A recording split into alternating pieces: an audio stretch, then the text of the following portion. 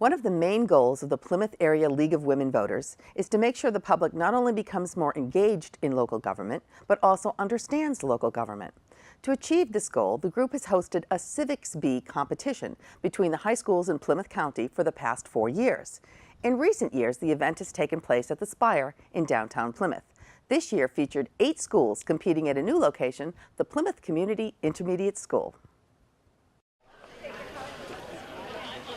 The Plymouth Area League of Women Voters, one of their goals is to get more people active in local government and to understand more about local government. So we started the Civics Bee. The Civics Bee started 4 years ago. This is our 4th annual, and our goal is to get high school students to understand more about the democratic process.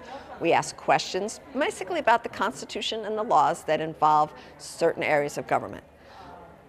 4 years ago, it was kind of general questions, and then we just honed in on the presidency one year, then the judicial branch, but this year it's voting and voters' rights. Most of the questions, all of the questions, pertain to that topic. In the prior 3 years, we were at the Spire, and the stage was rather small, so we broke the teams up into 2 groups. And we sort of had a 2-group playoff, and then we had the final playoff. This year we have all the students on the stage at the same time. They seem to like that better because everybody has the same questions. Before we had to have 2 sets of questions. The Plymouth League of Women Voters is a Plymouth area, and we encompass a pretty wide geographic area. We invite all of the high schools in the area, which would be 9 if they all participated.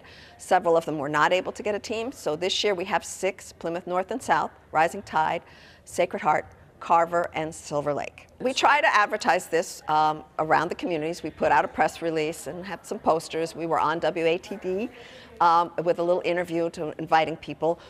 Our goal was to help the community learn a little bit more about their democratic process. So we would like to have more than just parents, but we're happy to have the parents and the students show up, and of course there's a number of people from the league that are here as well.